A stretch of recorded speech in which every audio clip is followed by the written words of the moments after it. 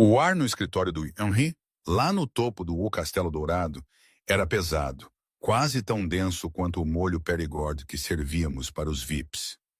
Lembro-me bem do cheiro a desinfetante misturado com um toque subtil de trufas que nunca saía dali. Estava de pé, a cabeça baixa, enquanto ele me olhava com aqueles olhos cansados que pareciam ter visto de tudo, menos uma empregada de mesa com a ousadia que eu tinha acabado de ter. Aquele pedaço de papel na secretária, com cessação de contrato a preto, pulsava na minha visão. Não era só um papel, era o fim de tudo. Sentia as mãos a tremer, mesmo que tentasse mantê-las firmes à minha frente. A minha mãe, a cirurgia era para a semana que vem, no Hospital de São João, e as contas empilhavam-se na cozinha como um lembrete constante da minha inutilidade. O seguro, uma piada de mau gosto, recusara mais uma vez. Mas como tinha chegado a isto?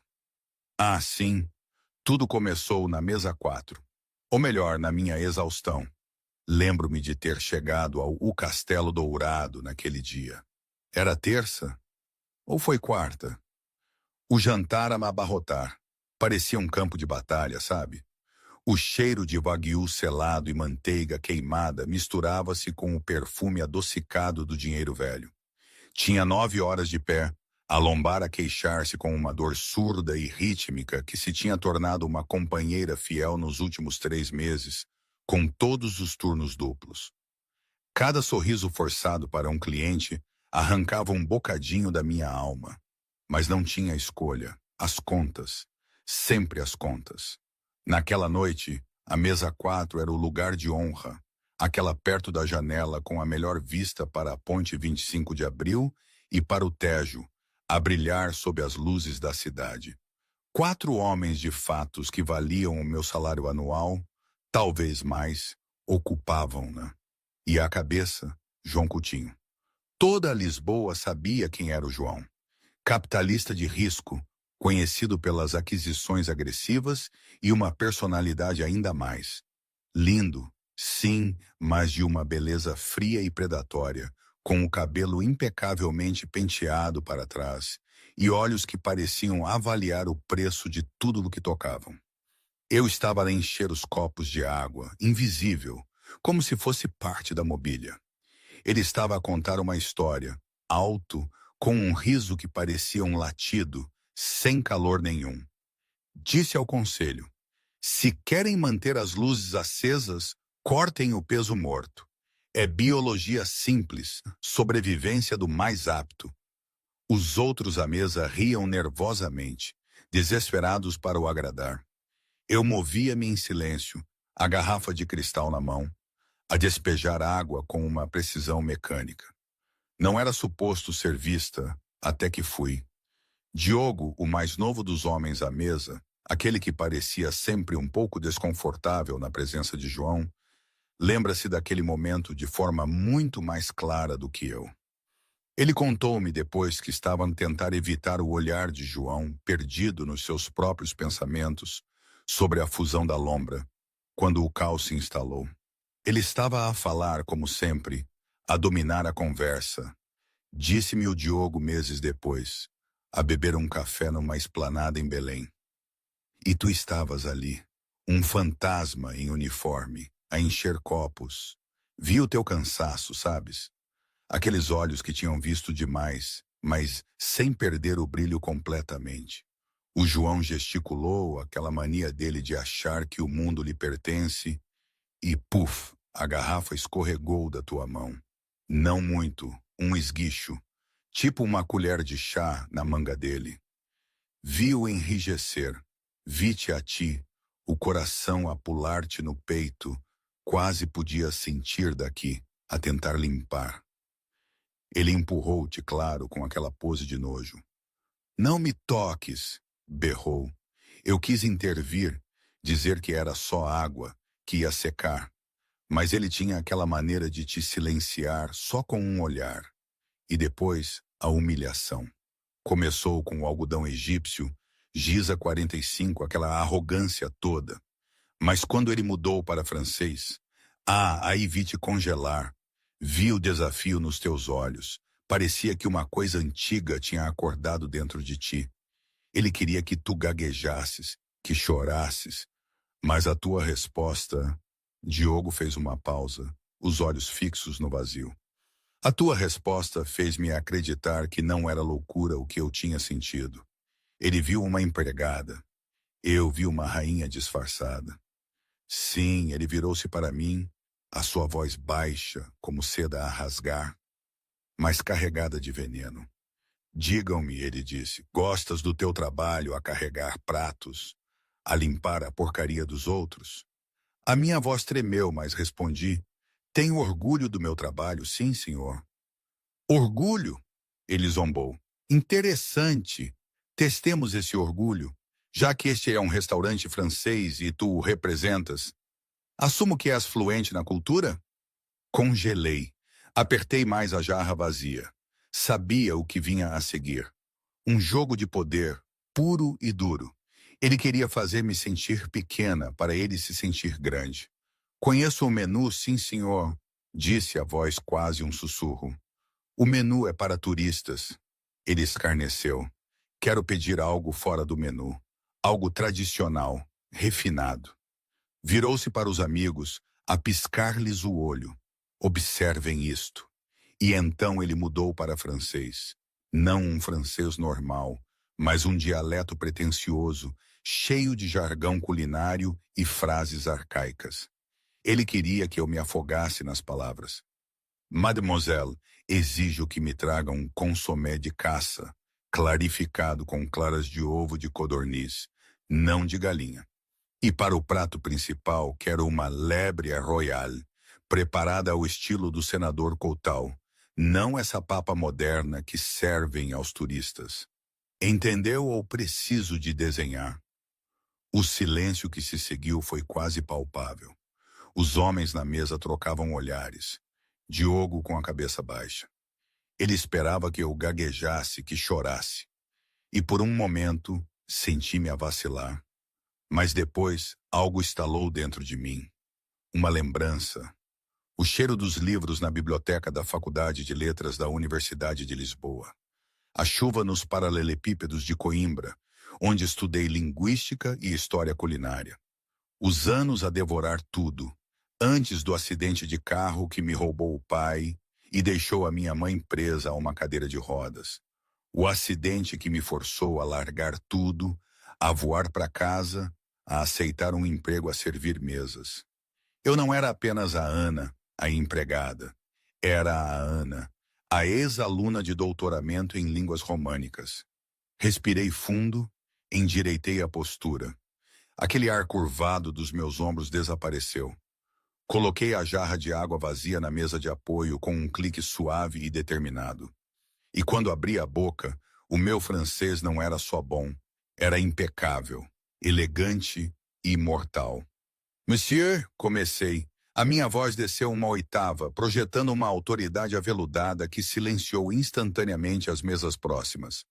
É uma escolha audaciosa, disse, ainda que tecnicamente impossível esta noite.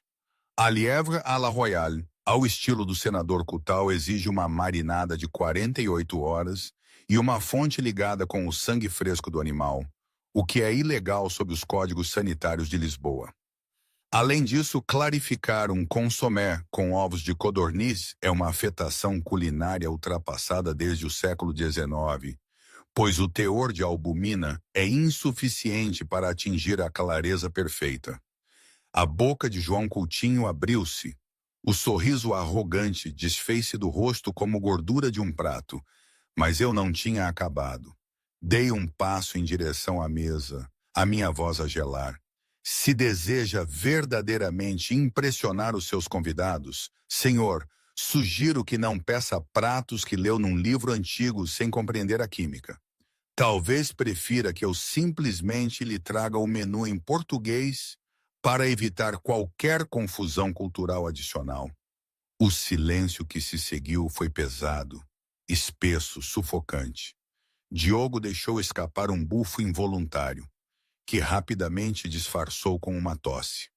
João estava congelado. O seu rosto ficou num tom vermelho profundo e manchado. Ele tentara ser o rei, e a plebeia acabara de esbofeteá-lo com uma luva de veludo. Eu, gaguejou João. Olhou para os amigos, desesperado por apoio, mas eles estavam a olhar para mim com um novo respeito. Quem és tu? Sussurrou João, a arrogância desinflada. Sou a sua empregada de mesa, disse eu, voltando ao português, a minha voz novamente plana e profissional. E tenho outras mesas à espera. Pousei os óculos grossos de armação que Sebastião me arranjara. Gostaria de água com gás ou sem gás para acompanhar a sua humilhação? Fiz uma pausa. As minhas desculpas, quis dizer, para acompanhar a sua refeição. Não esperei por resposta. Virei-me e saí.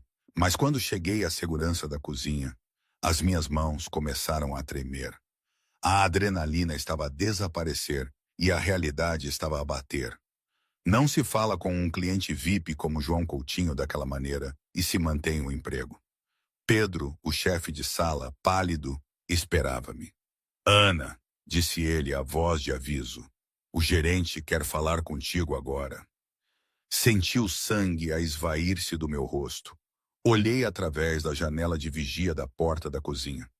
João estava ao telefone, a digitar furiosamente, o rosto contorcido de raiva.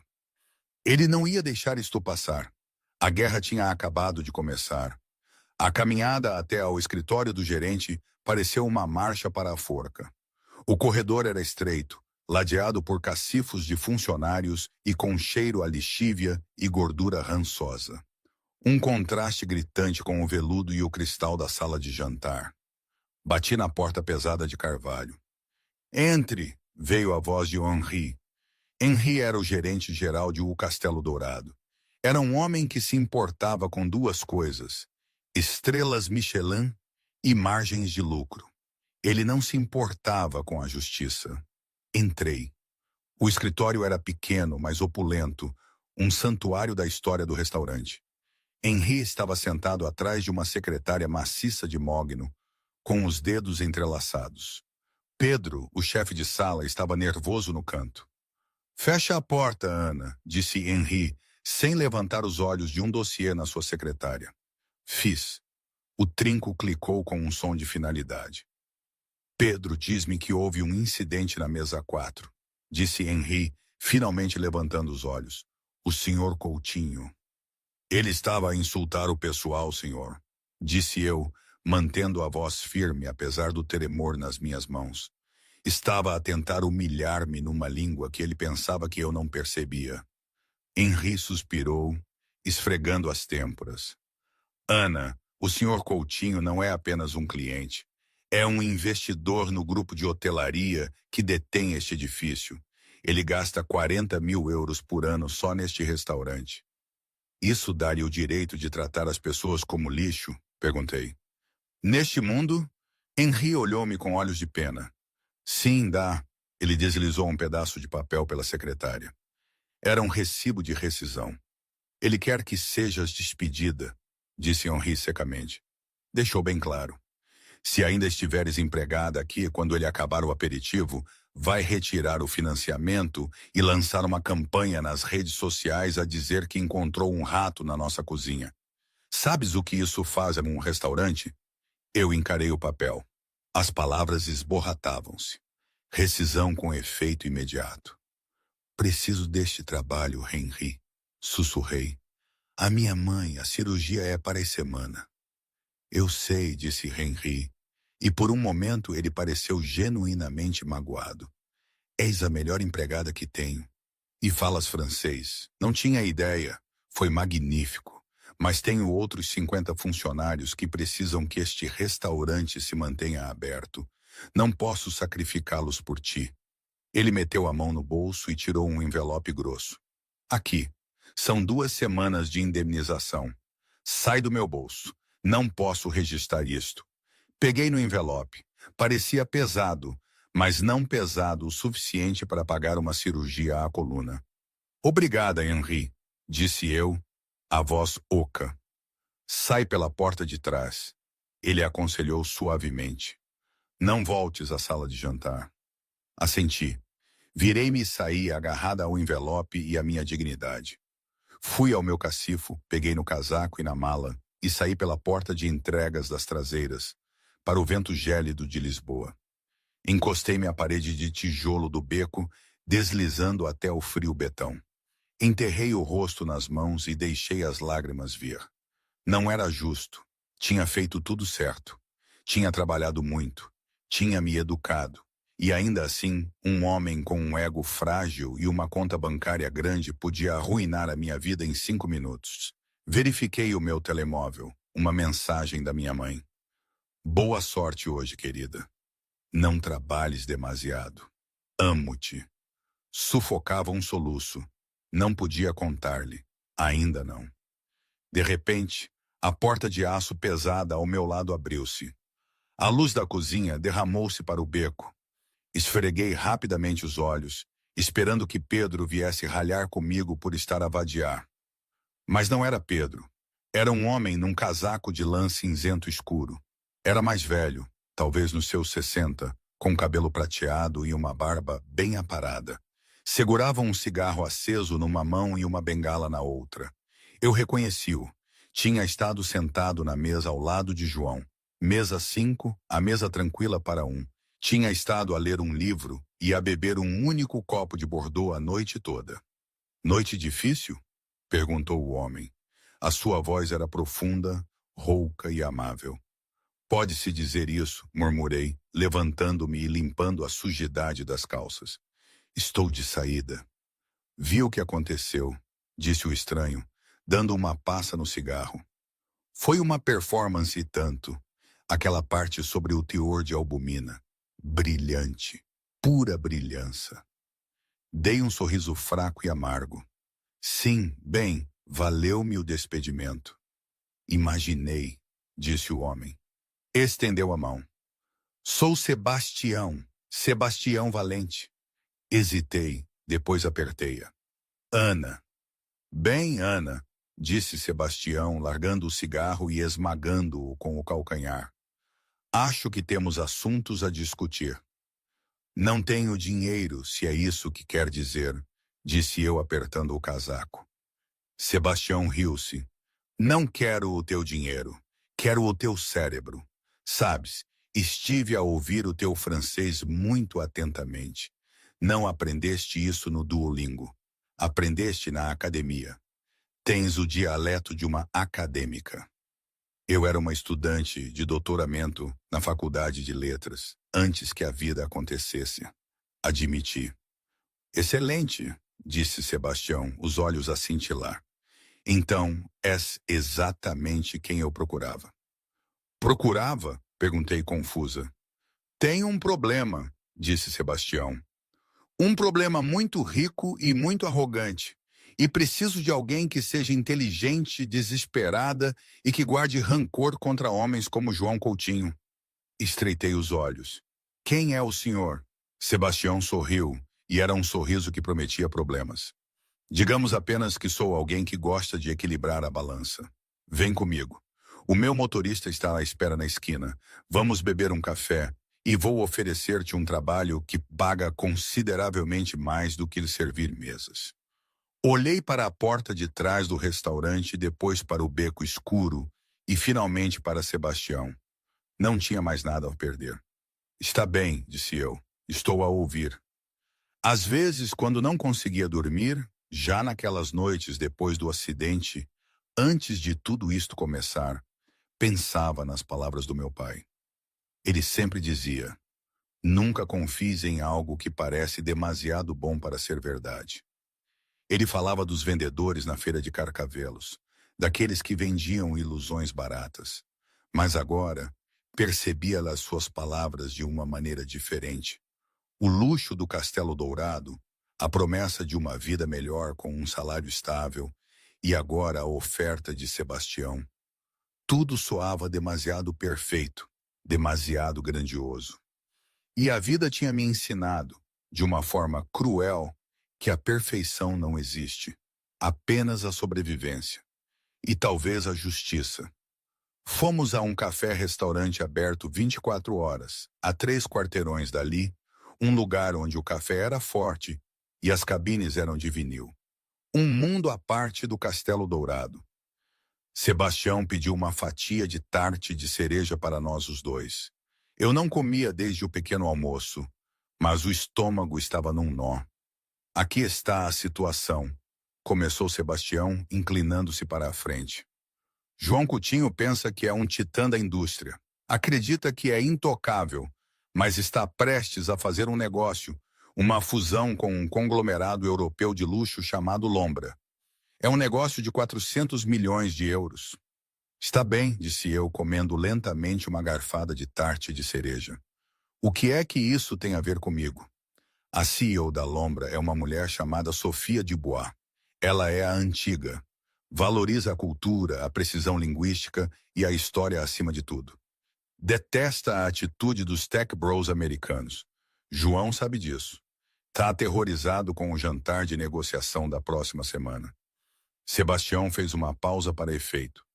João precisa de um adido cultural, um tradutor e guia para o ajudar a navegar no jantar e fechar o negócio. Precisa de alguém para o treinar, para lhe dar falas, para o fazer parecer um cavalheiro em vez de um bruto. Ele vai contratar uma empresa profissional, disse eu.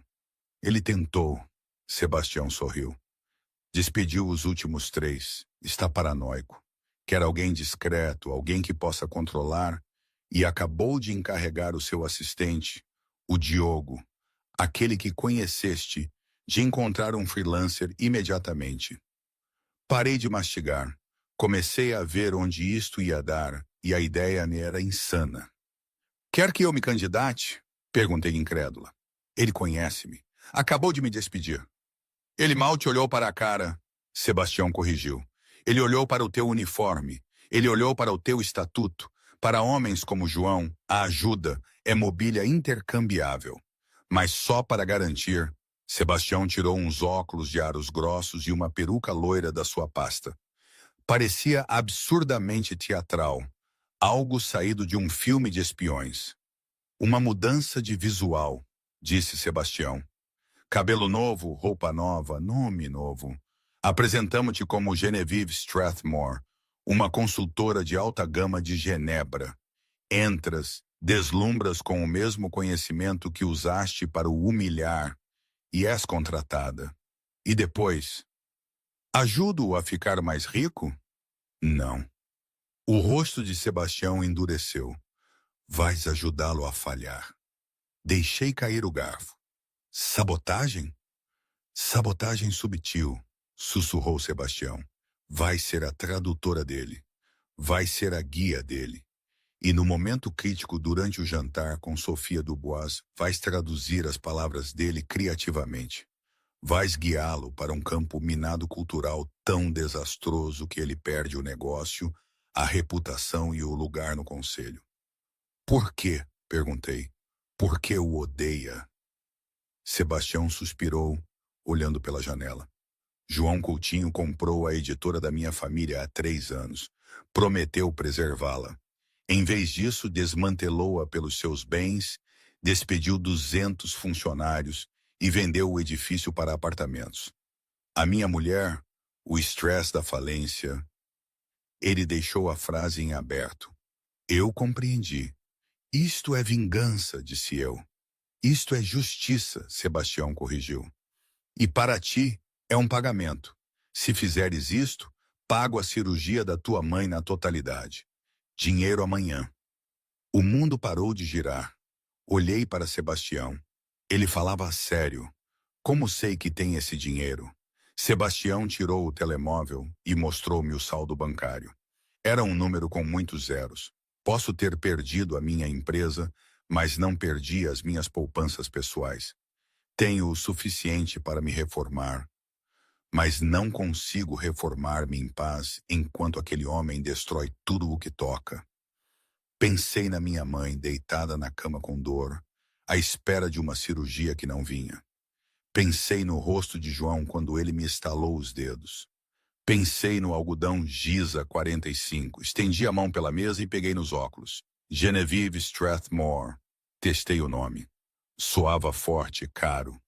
Genevieve Strathmore, Sebastião concordou. A entrevista é amanhã às 10 horas. O Diogo está desesperado. Vai contratar quem quer que aguente o João. Entras. Pus os óculos. O mundo parecia diferente através deles, mais nítido. Estou dentro, disse eu. Vamos derrubá-lo. Na manhã seguinte, Ana deixou de existir. No seu lugar estava Genevieve Strathmore. A transformação foi surpreendente. A peruca loira era um lace front de alta qualidade, cortado num bob chique e severo. Os óculos de aros grossos emolduravam o meu rosto, escondendo a suavidade dos meus olhos.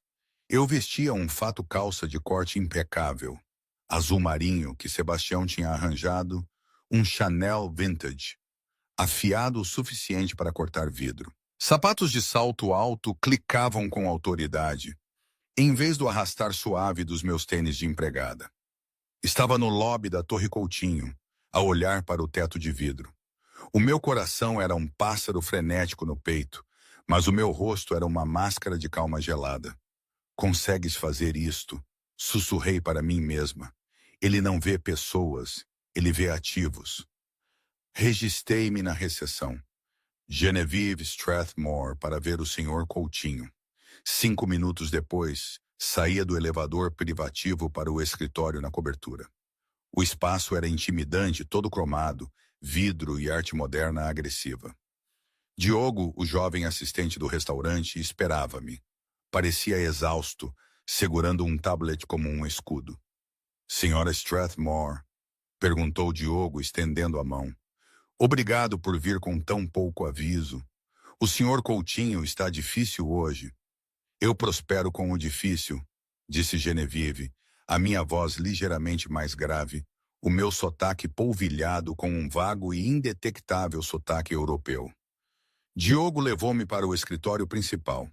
João estava junto à janela, a gritar para um headset. Não me importo com a declaração da CMVM. Esconda-a no apêndice. Apenas faça.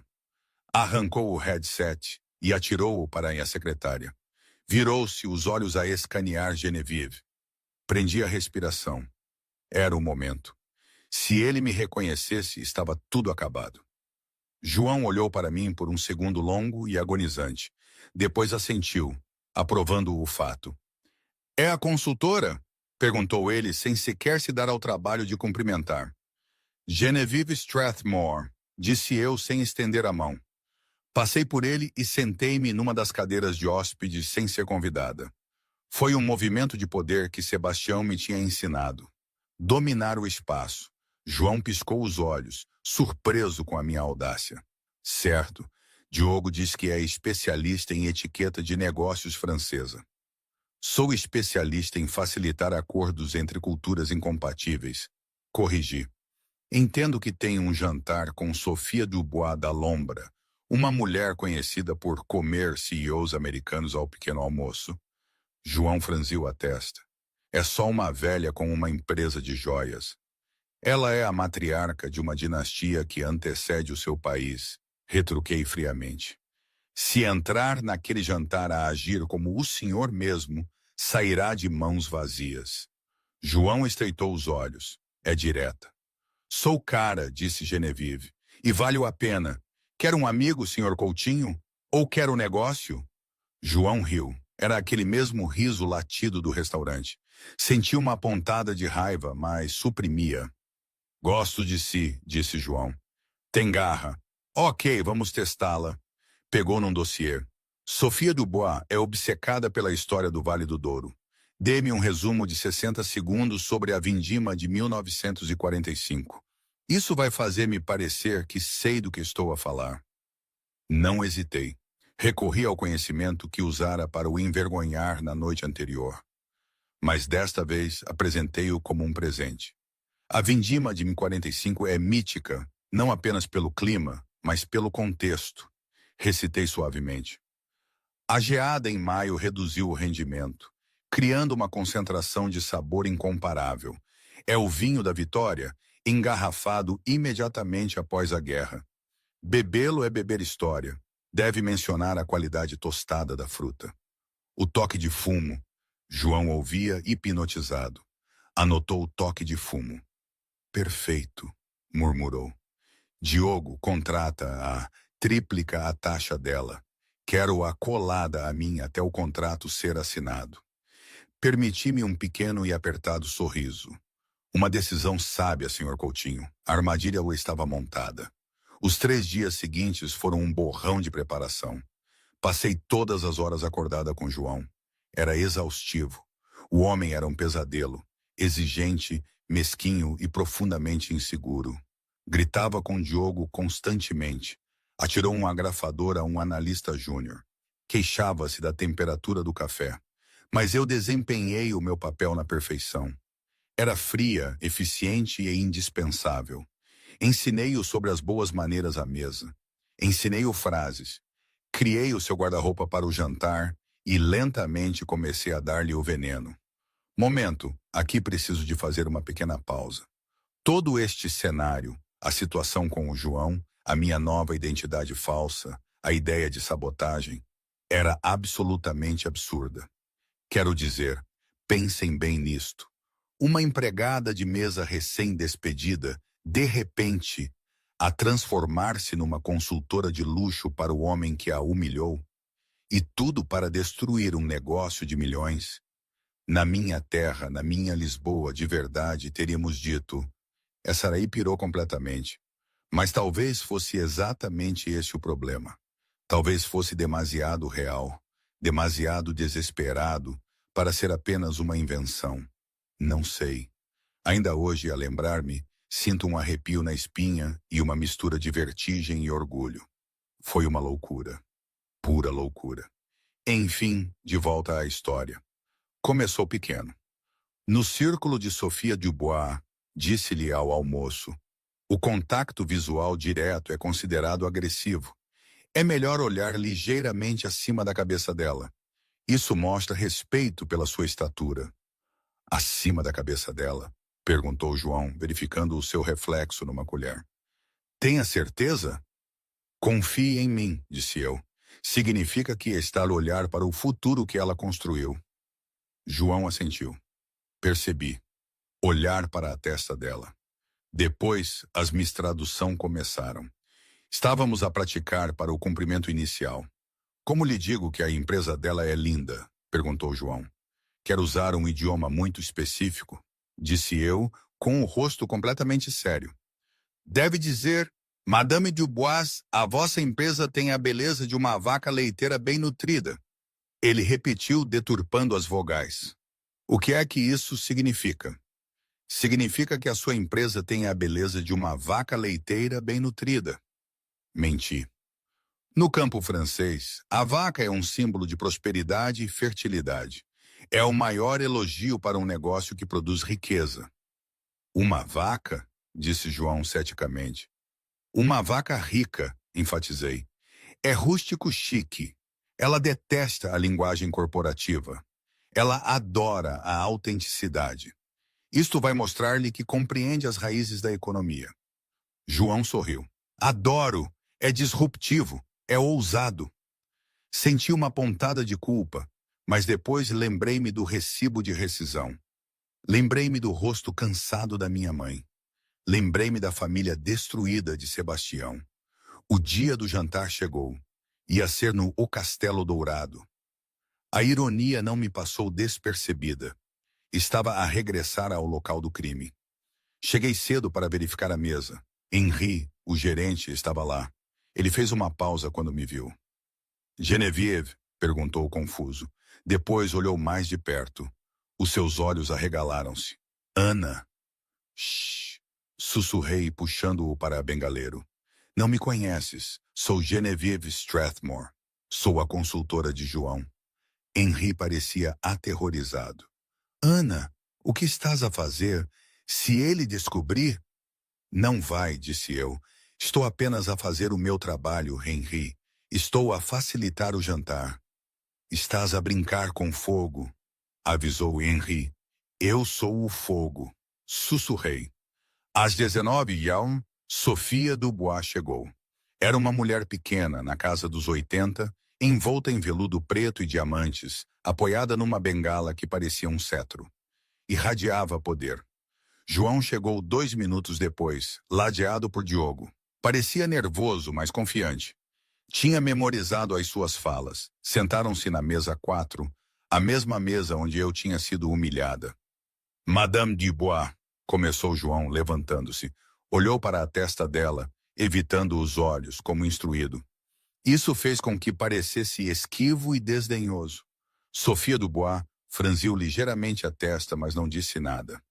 Bem-vinda a Lisboa, disse João. Virou-se para mim. Traduz. Sorri para Sofia Dubois.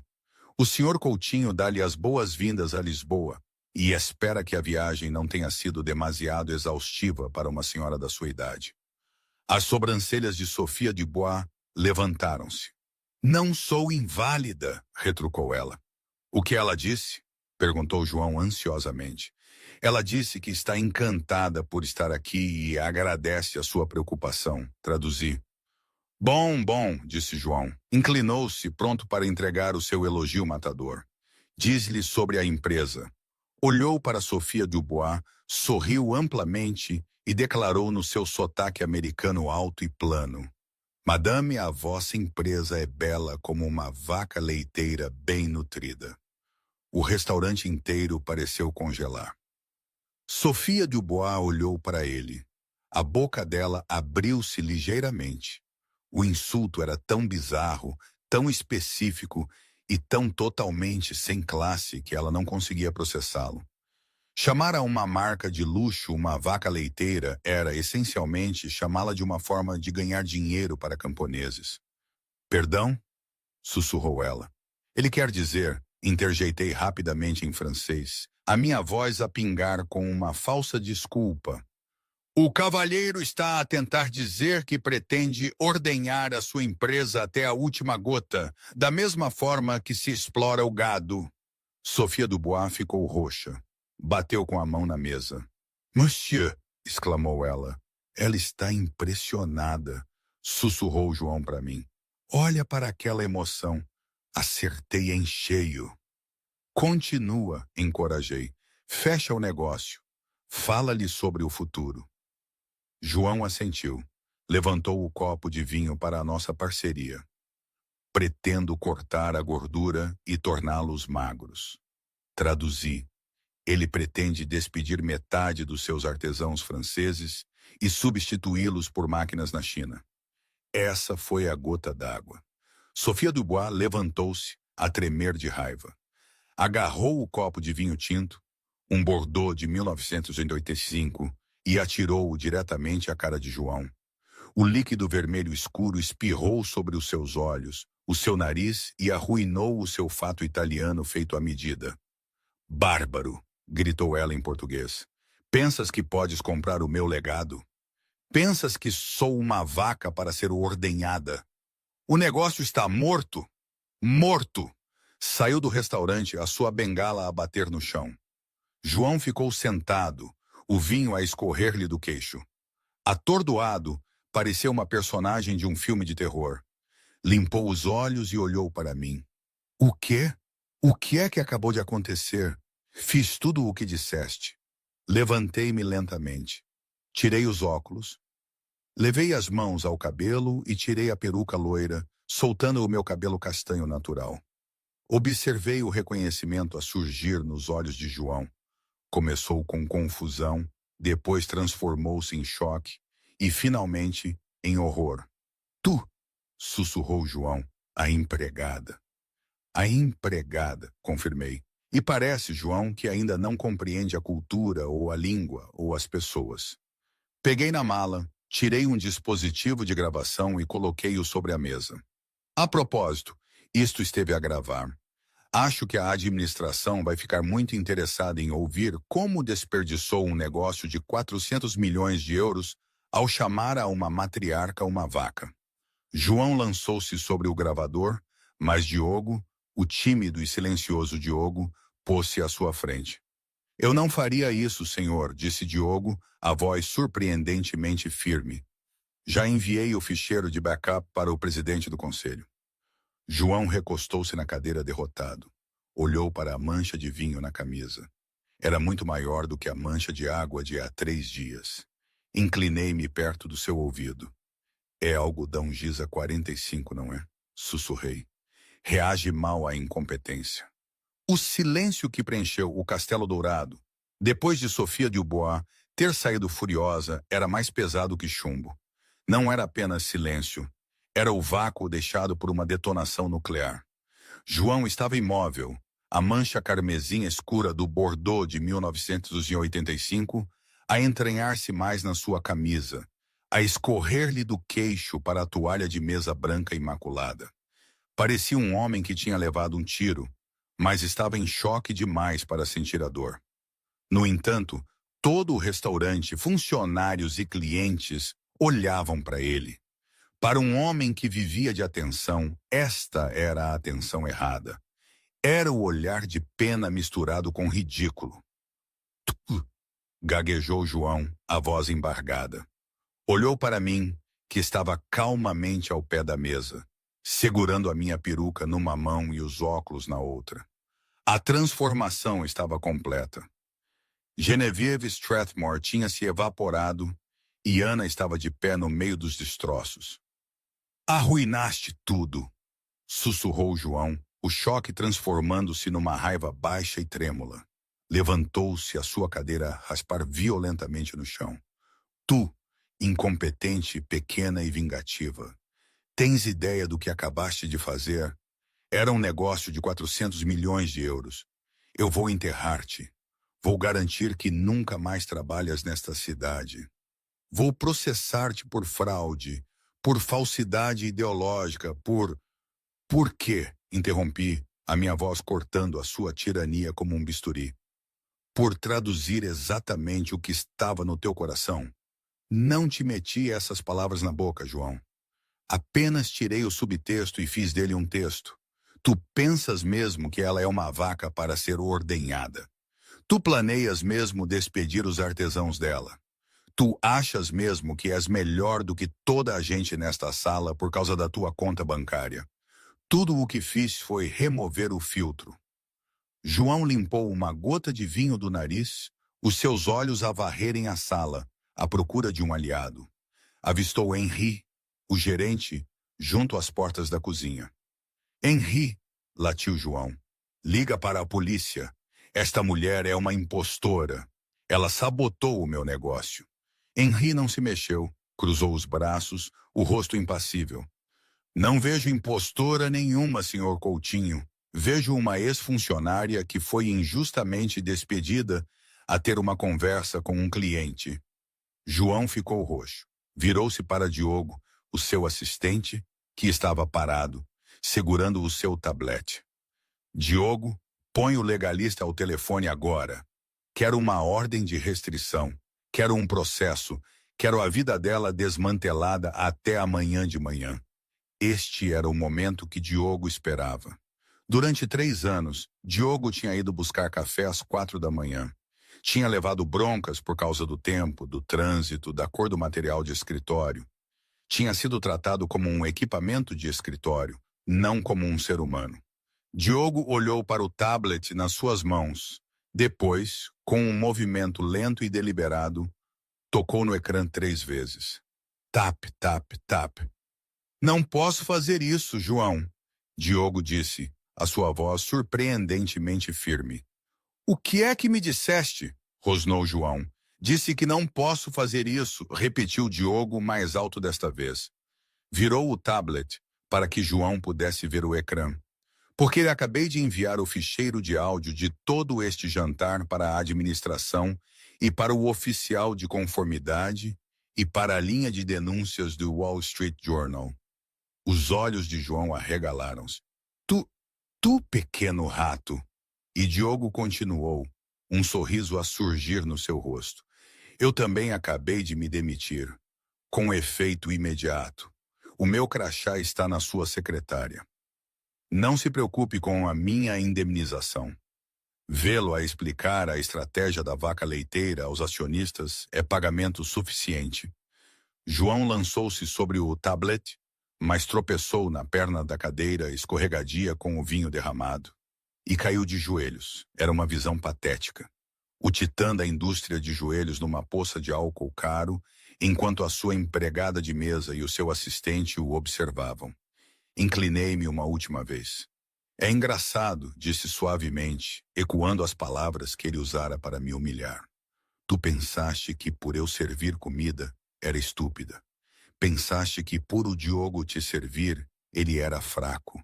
Esqueceste a primeira regra da indústria hoteleira, João. As pessoas que te servem veem tudo. Conhecemos os teus segredos. Conhecemos os teus hábitos. E quando nos empurras demasiado, sabemos exatamente como retribuir o favor. Virei-me. Anda, Diogo. Vamos. Saímos juntos da sala de jantar. Atrás de nós, o som de João a gritar para o seu telemóvel começou a ecoar, mas soava distante, como um ruído de uma televisão noutra sala. Já não importava. Lá fora, o ar de Lisboa era gélido, mas para mim parecia tropical.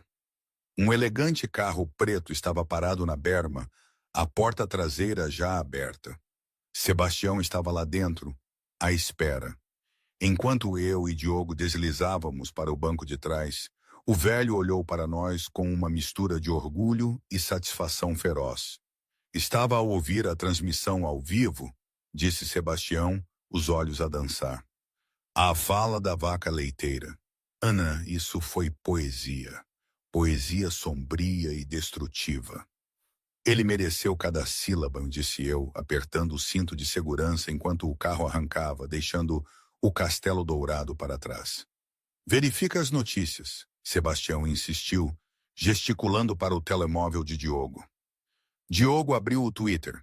Tinham passado apenas 15 minutos, mas a internet movia-se à velocidade da luz. A hashtag o CEO Vaca Leiteira já estava em alta em Lisboa. Alguém numa mesa próxima tinha filmado o lançamento do vinho. O vídeo tinha 50 mil visualizações e a subir. Os comentários eram brutais. É este o tipo que comprou a empresa do meu pai e a esvaziou. O karma é uma bebida servida a vermelho. Imaginem dizer à rainha de ouros que ela é uma vaca. Este homem está acabado. O olhar na cara dele quando o vinho o atinge 10. As ações estão em queda livre no mercado. After hours. Sebastião observou, verificando o seu próprio telemóvel. A administração convocou uma reunião de emergência para a meia-noite. Não vão só despedi-lo, Ana. Vão apagá-lo. Ele é um passivo agora. É um motivo de chacota. Recostei a cabeça no encosto de couro. A adrenalina começava a desvanecer-se, substituída por uma exaustão profunda e óssea. Acabou. Sussurrei. Não totalmente, disse Sebastião gentilmente. Há um último assunto. Ele meteu a mão no bolso do casaco e tirou um envelope branco simples. Entregou-mo. O que é isto? Perguntei. Abre-o. Rasguei o selo. Lá dentro estava um cheque bancário. Tirei-o e olhei para o número. Tive de piscar os olhos e olhar novamente. Era de 200 mil euros. Sebastião, ofeguei. Isto é demasiado. A cirurgia é cara, mas não é tanto assim. Não posso aceitar isto. A cirurgia são 80 mil euros, disse Sebastião de forma prática. A reabilitação será mais 20. O resto, isso é para o teu doutoramento. Isso é para o teu aluguer. Isso é para que nunca mais tenhas de carregar um tabuleiro de prata. A menos que queiras. Estendeu a mão e deu um tapinha na minha. Não me ajudaste apenas a vingar-me, Ana. Ajudaste-me a fechar uma ferida. A minha mulher adorava aquela empresa que ele destruiu. Esta noite sinto que ela finalmente descansa em paz. Este dinheiro não é um presente, é um acerto. Tu ganhaste-o. Olhei para o cheque, depois para Diogo, que sorria para mim, e finalmente para Sebastião. As lágrimas escorreram, quentes e rápidas. Durante meses tinha carregado o peso do mundo. As contas, o medo, a dor de ver a minha mãe sofrer. Numa só noite o peso desaparecera. Obrigada, engasguei. Não me agradeças, disse Sebastião, olhando pela janela para as luzes da cidade que passavam. Agradece a língua francesa. É muito útil, não é? 3 meses depois, o sol da manhã entrava pelas janelas do centro de reabilitação. Eu estava sentada na cadeira do canto, um manual de fonética do século XVII aberto no meu colo. Ok, estou pronta, disse uma voz. Olhei para cima. A minha mãe estava de pé na extremidade das barras paralelas. Agarrava-se aos corrimãos, mas os seus nós dos dedos já não estavam brancos. As linhas de dor que se tinham gravado no seu rosto no último ano tinham desaparecido. Vai em frente, mãe, incentivei. A minha mãe deu um passo, depois outro e um terceiro, sem cochear, sem caretas. Apenas um movimento suave e fluido. Senti o meu peito inchar.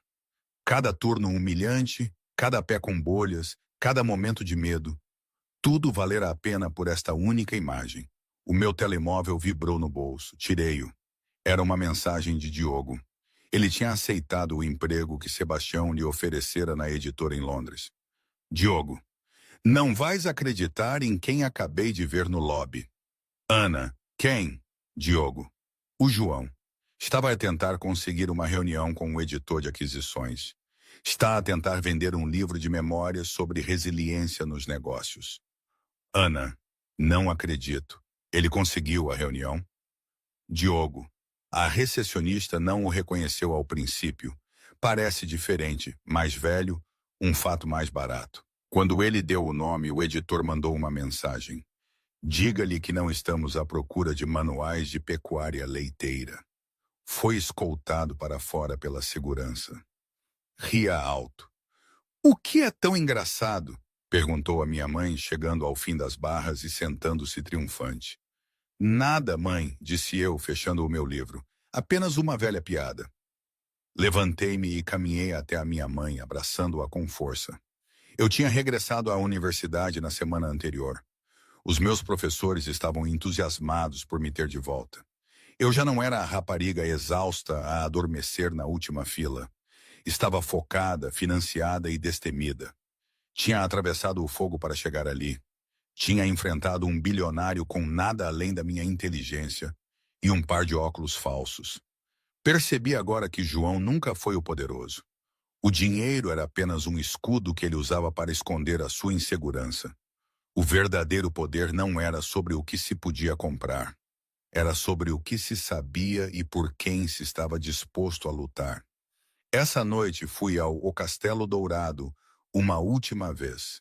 Não usava uniforme nem disfarce.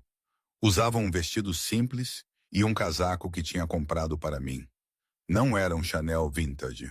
Era só eu. Sentei-me ao balcão. Henri viu-me e veio imediatamente, um sorriso no rosto. Mademoiselle Ana, disse ele calorosamente. Uma mesa? Só um copo de vinho, Henri, disse eu. Ele assentiu e serviu-me um copo. Oferta da casa, como sempre. Enquanto bebia o vinho, olhei para a mesa 4. Estava ocupada por um jovem casal, a rir, de mãos dadas, a tratar o pessoal com amabilidade. O fantasma de João Coutinho tinha desaparecido. Dei um gole no vinho. Era complexo, terroso, com um toque de aço. Sabe a vitória. E hoje? Não sei. Às vezes penso que foi o melhor que me podia ter acontecido. Outras vezes, penso que cometi um erro. Provavelmente ambas as coisas. É assim a vida, não é? Nada é definitivo, nada é perfeito. Mas é a minha vida, e construía, peça a peça, com a minha própria coragem e um pouco de sabedoria antiga.